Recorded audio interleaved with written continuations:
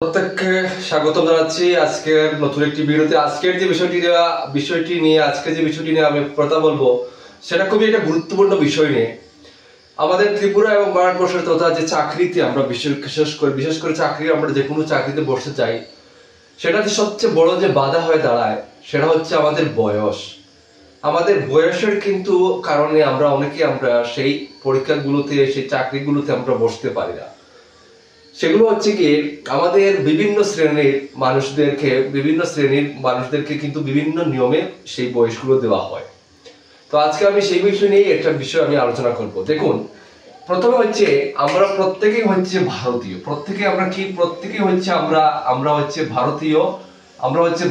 ঠিক আছে, প্রত্যেকেই আমরা ভারতীয়। আজকালকে আমাদের ভারতবর্ষের যে অবস্থা, আমরা প্রত্যেকে কি করি, আপনারা কেউ এই ভিডিওটা কেউ অন্য মাইন্ডে নেবেন না। আমি যেটা সত্য কথা সেটাই তুলে ধরছি, বোঝার চেষ্টা করবেন। আমরা হচ্ছে যারা ভারতবর্ষে বাস করি, আমরা ভারতীয়। আর দ্বিতীয় ফ্যাক্ট হচ্ছে কি, দেখুন, ভারতবর্ষের মধ্যে আমরা যারা বাস করি ভারতীয়, তাছাড়া এখানে আমরা সবচেয়ে বেশি ভারতের মধ্যে আমরা যেটা নিয়ে লড়াই করি, সেটা হচ্ছে হিন্দু প্লাস মুসলিম। ঠিক আছে, হিন্দু এবং মুসলিম নিয়েই আমরা সবসময় এটা নিয়ে একটা বড় বিগ ইস্যু। এটা নিয়ে আমাদের সবচেয়ে বড় একটা বেশি মাথা ব্যথা, কাস্ট নিয়ে সবচেয়ে বড় মাথা ব্যথা। কিন্তু দেখা যাচ্ছে এই জাতিগতর বাইরে কিন্তু দেশের মধ্যে যে চাকরিটা নিয়ে, এটা নিয়ে কারো মাথা ব্যথা নেই। এখন দেখা যাচ্ছে এই যে হিন্দু হোক বা এই মুসলিম হোক, সবাই কিন্তু চাকরির ক্ষেত্রে গিয়ে এই এইজের ক্ষেত্রে গিয়ে বা বিভিন্ন বিশেষ ছাড়ের ক্ষেত্রে গিয়ে কিন্তু সবাই কিন্তু মার খাচ্ছে। কিভাবে মার খাচ্ছে আমি জিনিসটা বুঝাই। দেখুন, হিন্দুর ক্ষেত্রে কিন্তু এখানে কাস্ট হয় দুইটি ভাবে। কিভাবে হয়, একটা দাগ হয়ে যায় এসসি, ঠিক আছে, আরেকটা ভাগ হয়ে যায় গিয়ে এখান থেকে হিন্দুর ক্ষেত্রে আরেকটা হয়ে যায় ওবিসি। ঠিক আছে, ওবিসি। তো হিন্দুদের ক্ষেত্রে হয়ে যায় এসসি এবং ওবিসি। আর মুসলিম যারা, তারা হয়ে যায় ইউআর, ঠিক আছে, আনরিজার্ভে পড়ে যায়, তারা হয়ে যায় আনরিজার্ভ। ঠিক আছে। আর আলাদা যেটা ক্যাটাগরি, যেটা এসসি কে বলা হয়, যেটা হয় শিডিউল কাস্ট। ঠিক আছে, শিডিউল কাস্ট। ওকে। আর আরেকটা হচ্ছে যেটা কাস্ট, সেটা হচ্ছে এসটি। ঠিক আছে, আরেকটা হচ্ছে যেটা আমরা ভারতবর্ষের মধ্যে, সেটা হচ্ছে এসটি, সেটাকে বলা হয় শিডিউল ট্রাইব। ঠিক আছে।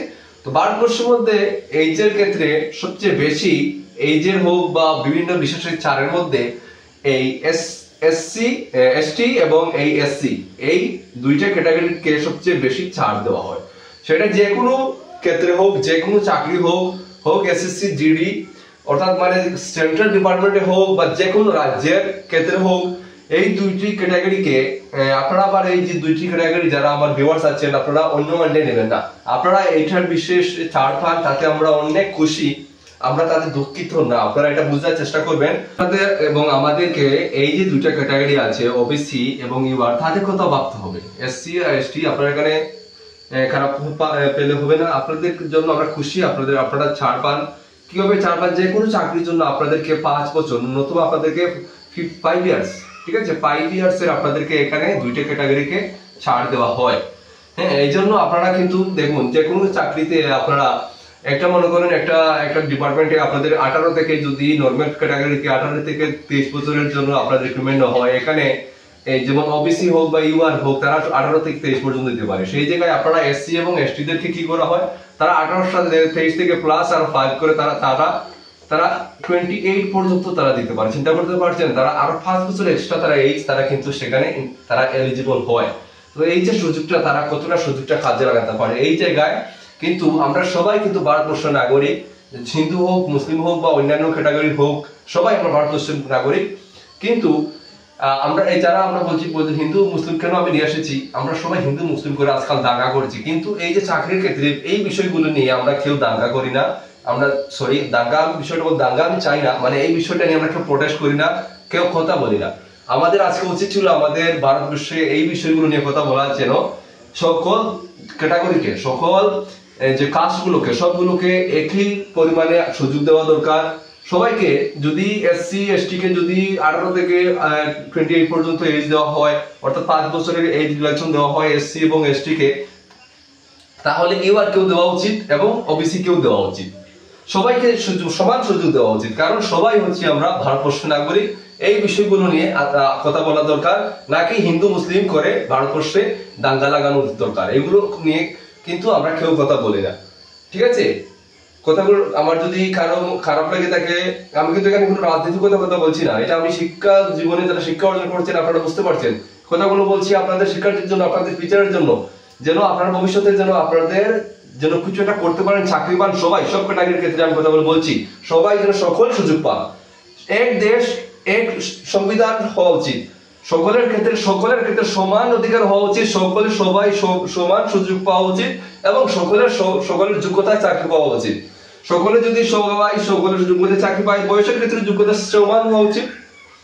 সেই ক্ষেত্রে এটাই বলছি যে এসসি হোক, ইউআর আনরিজার্ভ হোক, অথবা এসটি হোক, অথবা ওবিসি হোক, সবাইকে এইজের ক্ষেত্রে বয়সের ছাড় দেওয়া উচিত।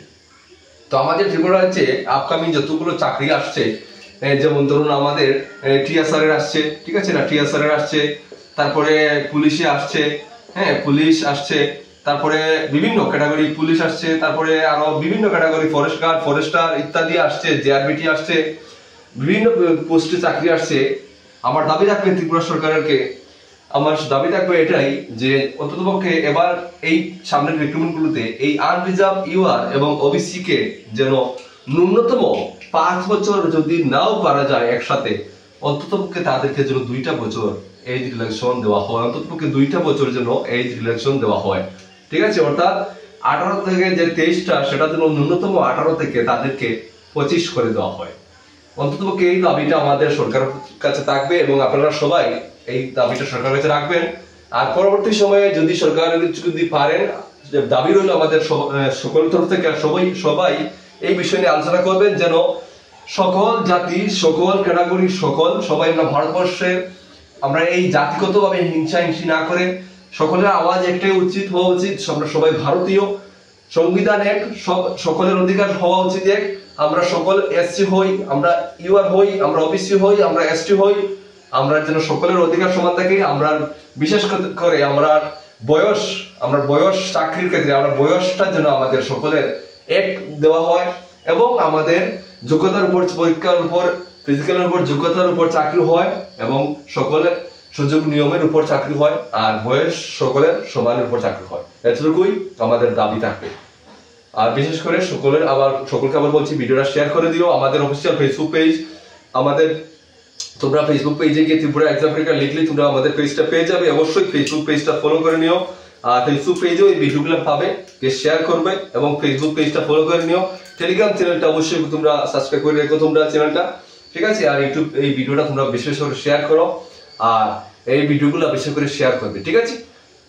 আর একটা কথা বলে দেই ভিডিও লাস্টে, আমরা ত্রিপুরার প্রত্যেকটা কম্পিটিটিভ এক্সামের জন্য সম্পূর্ণ সিলেবাস অনুযায়ী নোটস দিয়ে থাকি। তোমাদের যাদের নোটসের প্রয়োজন অবশ্যই আমাদের কাছ থেকে নিয়ে পড়ার ইচ্ছা থাকলে অবশ্যই নিয়ে পড়তে পারো। আমাদের স্ক্রিনে হোয়াটসঅ্যাপ নাম্বার দেওয়া থাকবে, তাছাড়া হোয়াটসঅ্যাপ নাম্বারটা তোমাদের সাথে আর একবার স্ক্রিনে লিখে দিচ্ছি, 93664897 এই নাম্বার তোমরা ফোন করতে পারো, হোয়াটসঅ্যাপ করতে পারো, করে আমাদের সাথে যোগাযোগ করতে পারো। সবাই ভালো থাকো, সুস্থ থাকো, দেখা হবে নেক্সট ভিডিওতে। জয় হিন্দ।